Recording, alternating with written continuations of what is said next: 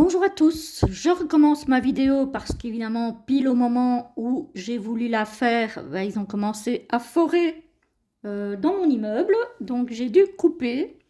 Donc on va essayer de la faire, j'espère que ça va aller. Donc aujourd'hui, on se retrouve parce que je voulais vous présenter un livre, livre de Laure Dominger.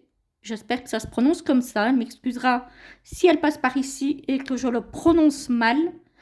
Voilà, vous entendrez peut-être clouer, mais si je dois attendre qu'ils aient fini, je risque d'attendre la fin de journée et je n'aurai pas forcément le temps de la faire en fin de journée. Voilà, donc il s'agit des secrets du petit Lenormand. Découvrez ses mystères, décryptez son langage, laissez-le vous guider. Avec une magnifique couverture toute douce, hivernale, hein, on a tous ces petits flocons là autour. Bon, le serpent, c'est un animal à sang froid, donc ça cadre très bien, je trouve, avec le décor hivernal, avec le cœur et le trèfle, pour réchauffer un petit peu cette ambiance glaciale, j'ai envie de dire. Voilà. Alors, hop, on va regarder ce qui se trouve au dos. Alors, vous vous apprêtez à embarquer dans un voyage magique et unique à la découverte du petit Lenormand, oracle mystérieux par bien des aspects. Saviez-vous par exemple qu'il doit son nom à une célèbre voyante du XIXe siècle qui ne l'a pourtant jamais utilisé? Dans ce guide, vous découvrirez ou redécouvrirez ces symboles riches de plus d'un siècle à travers des portraits psychologiques dépoussiérés, modernisés. Apprendrez des tirages classiques du chien de pique au grand tableau, ainsi aussi bien qu'inédits, et pourrez vous exercer à travers plus d'une trentaine de pages d'exercices d'interprétation. Votre petit Lenormand n'aura plus aucun secret pour vous.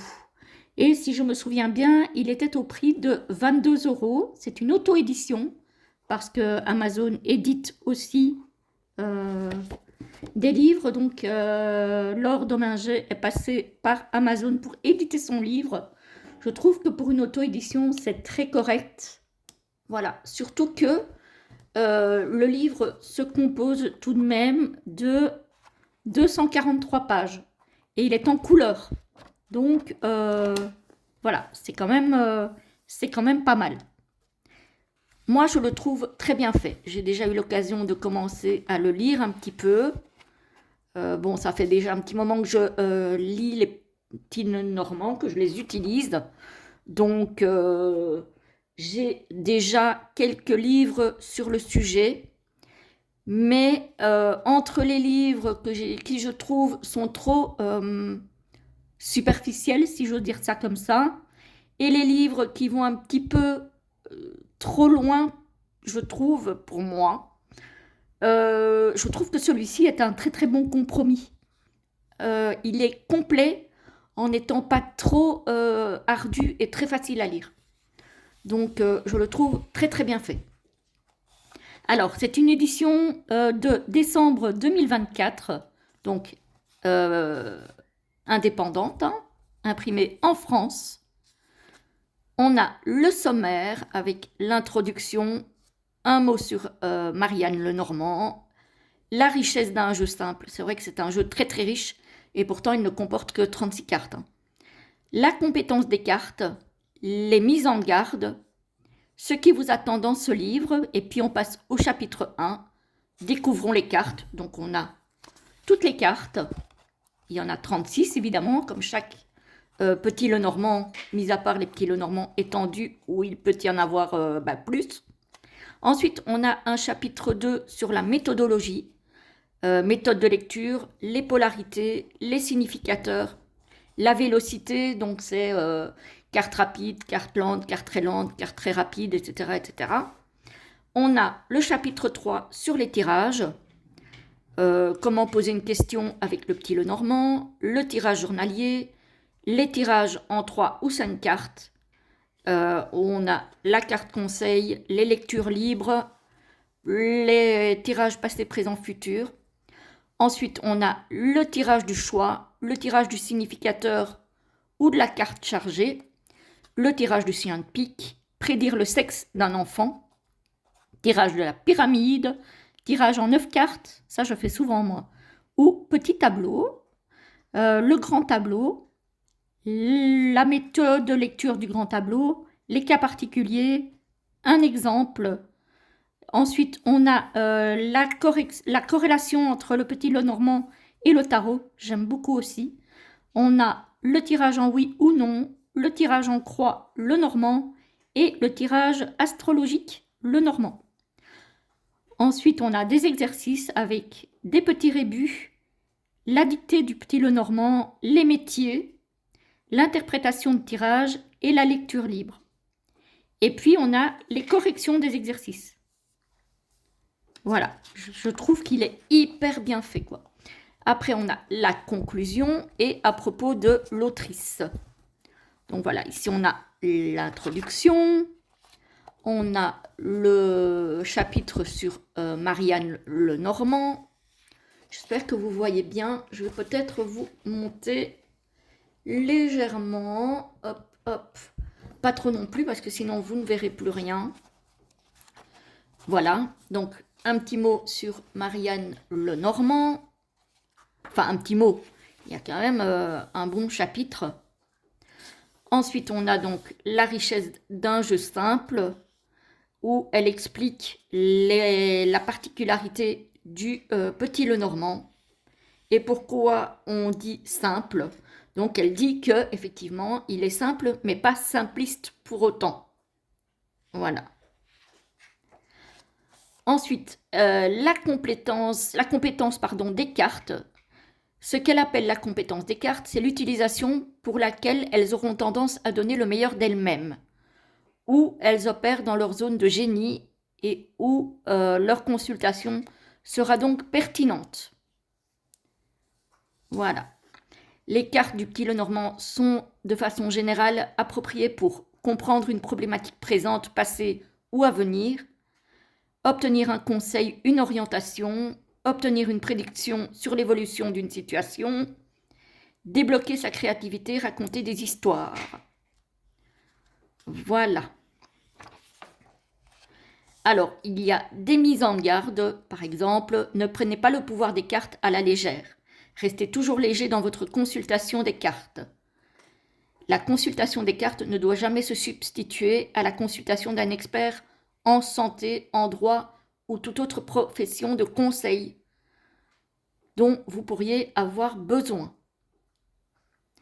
Si vous décidez de tirer les cartes dans un but commercial, sachez que même si la cartomancie n'est pas encore une activité réglementée, votre responsabilité civile, voire pénale, peut être engagée en cas de pratique commerciale déloyale ou trompeuse, d'escroquerie ou d'abus de faiblesse. Et enfin, elle cite un article de loi concernant le code de la santé publique qui interdit la pratique illégale de la profession de médecin, évidemment. Ensuite, ce qui vous attend dans ce livre, et puis découvrons les cartes. Alors, on a une illustration en couleur. Ça vient d'un jeu qu'elle a réalisé, qu'elle a créé pour écrire le livre, en fait. Et qui maintenant est disponible sur Etsy. Donc, si vous voulez acheter le livre, vous pouvez aussi, mais vous n'êtes pas obligé, d'acheter le jeu qui va avec, mais qui n'est pas disponible sur Amazon. Celui-ci, il est disponible sur Etsy.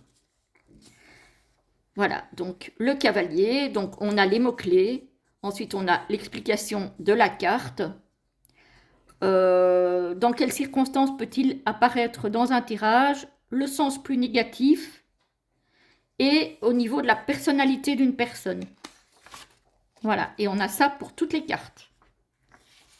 Voilà, je trouve qu'il est très très sympa. Alors, c'est vrai que c'est de l'intelligence artificielle, on est d'accord, mais je trouve que les images sont belles et ne font pas trop IA, justement.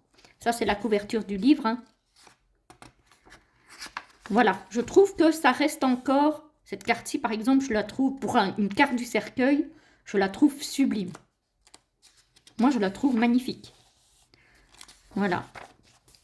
On passe vite. Voilà. Donc par exemple ici le fouet, c'est la vigueur, l'endurance, l'activité sportive, la nervosité, la tension, l'embrasement, la sexualité, la dispute, le conflit, la colère et la violence.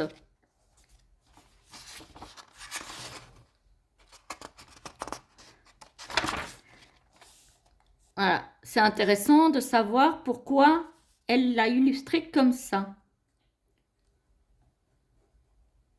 Ah, voilà. Le fouet, aussi appelé la verge, est représenté ici par les restes d'un dîner arrosé durant lequel, on l'imagine, les esprits se sont échauffés et la tension est montée. Donc, quand même, si on voit ça comme ça,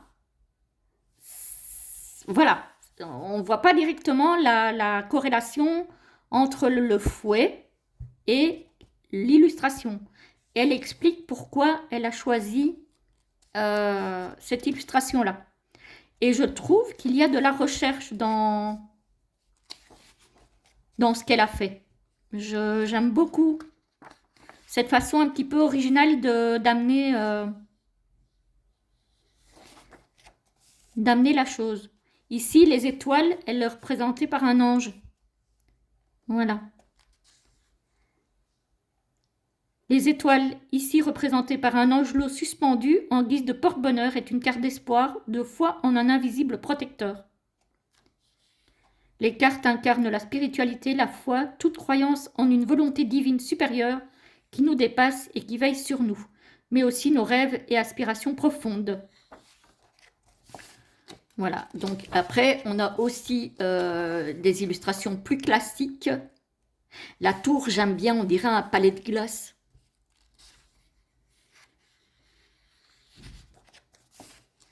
J'aime vraiment beaucoup les illustrations et je vais prendre le jeu.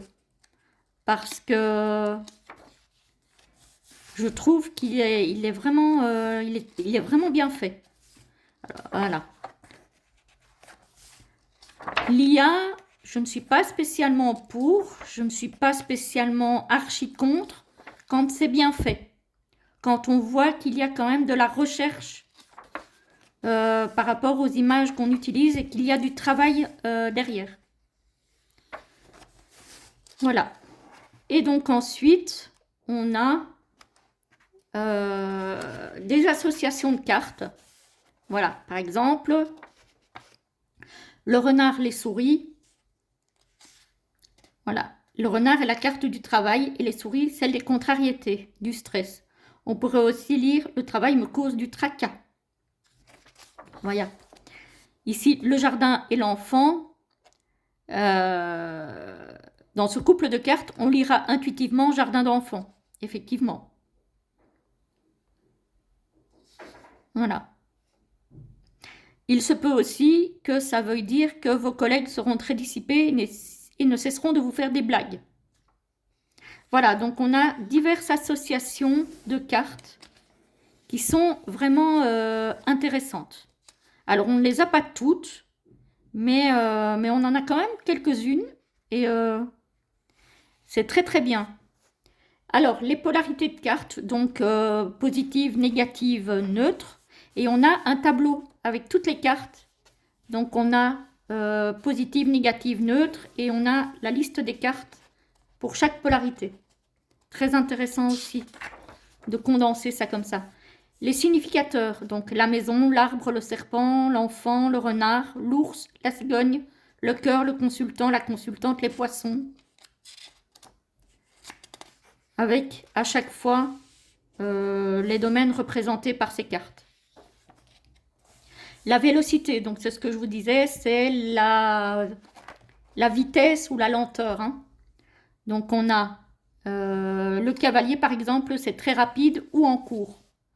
Le fouet, c'est très rapide. L'ours, c'est lent. La cigogne, c'est lent en automne ou au printemps. Donc ça nous donne une idée de saison aussi. Voilà, on a ça pour toutes les cartes. Alors, ici, elle nous précise très rapide, c'est dans l'heure ou les jours qui suivent. Rapide, c'est dans quelques semaines ou dans le mois qui suit. Neutre, c'est aucune temporalité associée. Lent, c'est dans plusieurs mois ou l'année suivante. Très lent, c'est dans plusieurs années. Voilà. Pour déterminer une temporalité lors d'un tirage, je vous conseille de tirer une carte à part, afin de ne pas créer de confusion avec le reste du tirage. Chapitre 3, elle nous parle des tirages. Poser une question avec le petit Lenormand. Le tirage journalier, donc elle nous conseille de le faire en 2 cartes, puisque le petit Lenormand se lit toujours par association de cartes, donc minimum 2 cartes. Voilà, donc elle nous donne 2 exemples. Le tirage en 3 ou 5 cartes avec le tirage conseil, par exemple, dois-je accepter ce nouveau poste?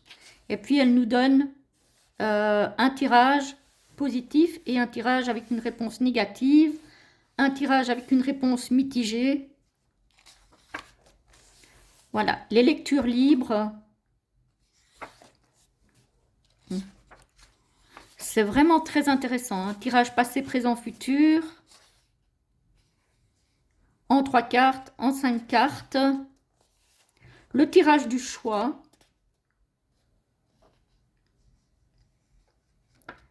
Alors, ici, par exemple, un consultant me demandait récemment s'il devait accepter un nouveau poste au travail.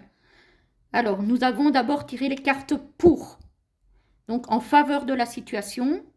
Donc, d'office, le tirage doit être interprété de façon positive. Hein. Donc, le livre, le chien, le vaisseau.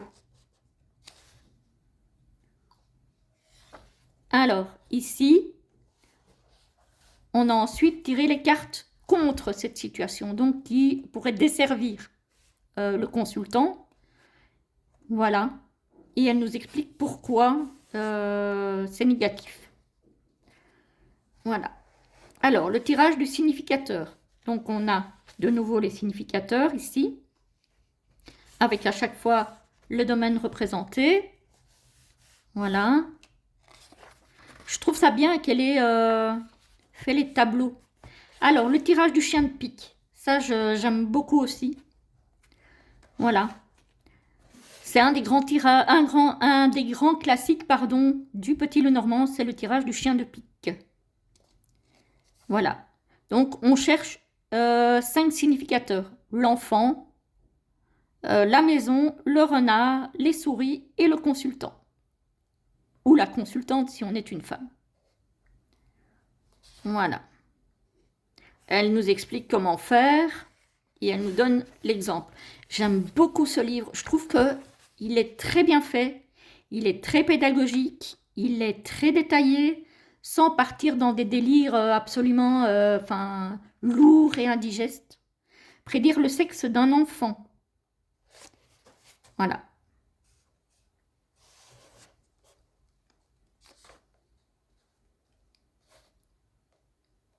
Là encore, nous utiliserons un significateur, la cigogne. Voilà. Si on tire le cœur, c'est un garçon. Si on tire la faux, c'est un garçon. Si on tire le fouet, c'est une fille. Et si on tire l'enfant, c'est une fille. Alors, là, moi, je le fais différemment. C'est-à-dire que moi, si par exemple, je tire la lune avec la cigogne, c'est une fille. Si je tire le soleil, c'est un garçon. Et ça fonctionne aussi. Le tirage de la pyramide, voilà, avec un exemple à chaque fois. J'aime vraiment bien, hein. C'est très très bien fait. Le tirage en 9 cartes, c'est mon préféré. Franchement, c'est mon préféré.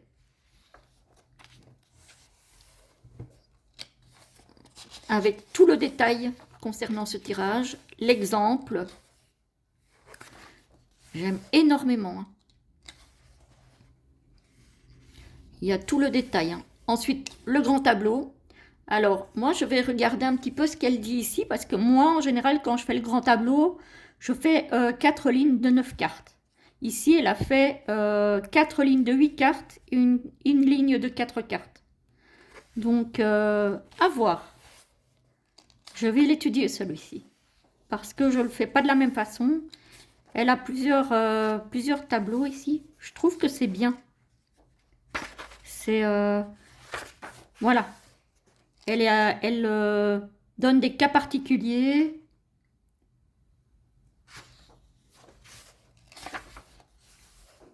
Voilà.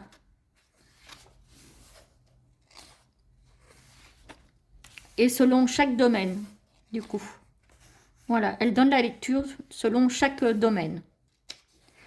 Ensuite, la corrélation entre le petit Lenormand et le tarot. Ça aussi, c'est génial, je trouve. Par exemple, ici, le 2 de coupe avec le consultant, les oiseaux, le renard. Tirage en oui ou non. Ici, rien qu'à observer, la polarité des cartes, c'est très clairement un non de la part du petit Lenormand qui nous précise X a tendance à mentir pour parvenir à ses fins. C'est un menteur notoire. Sans plus d'explications, ça peut être dur à avaler. Ouais, donc on a les discussions, mais on a le renard à côté. Donc on a les échanges avec le renard, c'est un peu d'hypocrisie et c'est pas très... voilà, c'est pas très sympa. Le tirage en croix.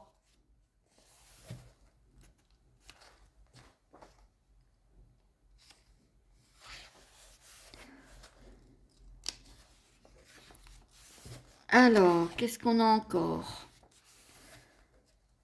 Voilà, ici on a encore le tirage par rapport au tarot.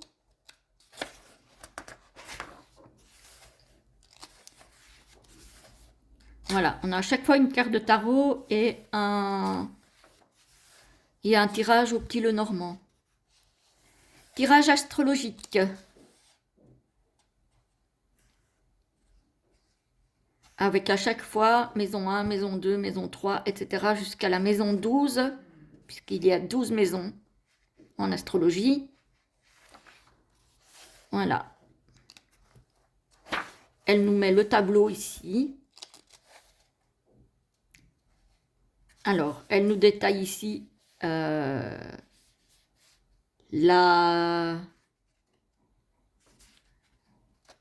maison 1.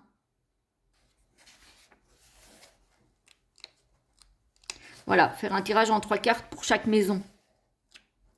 C'est très intéressant, hein. Franchement, il est hyper bien fait ce livre, je trouve. Ensuite, on a des exercices. Petit rébut. Voilà, avec des proverbes. Expression signifiant être en mauvaise posture. Expression désignant une attitude agaçante. Vous pouvez à chaque fois écrire en dessous, si vous voulez.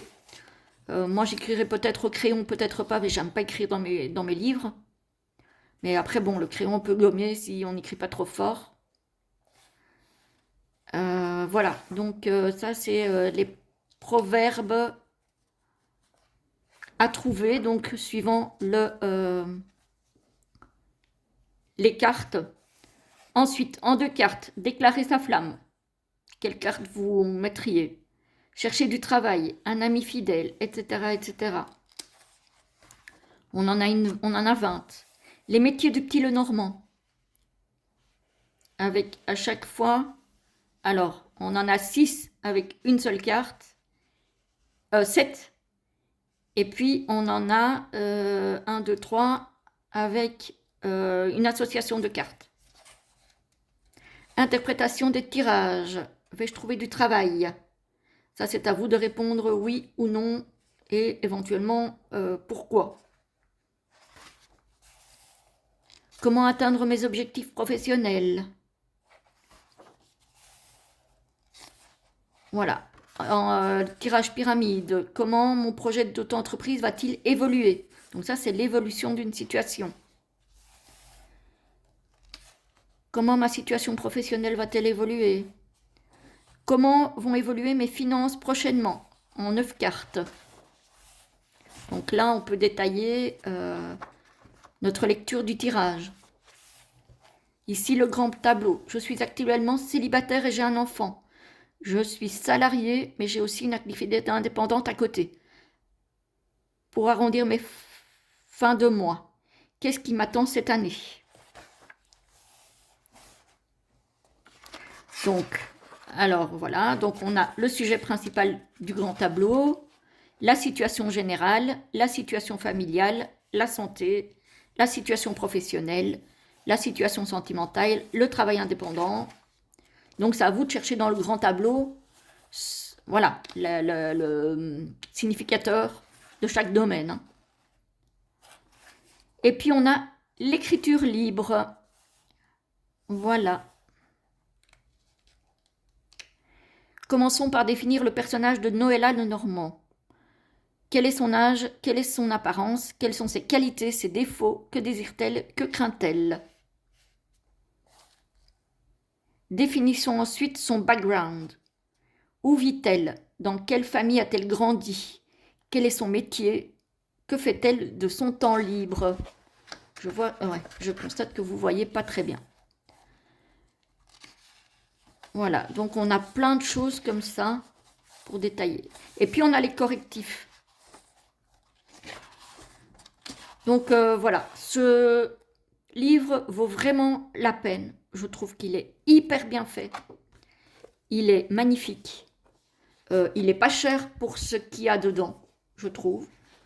J'espère en tout cas que ça vous donnera envie de travailler avec le petit Lenormand ou d'approfondir peut-être vos connaissances avec ce jeu très très sympa que moi j'aime beaucoup beaucoup.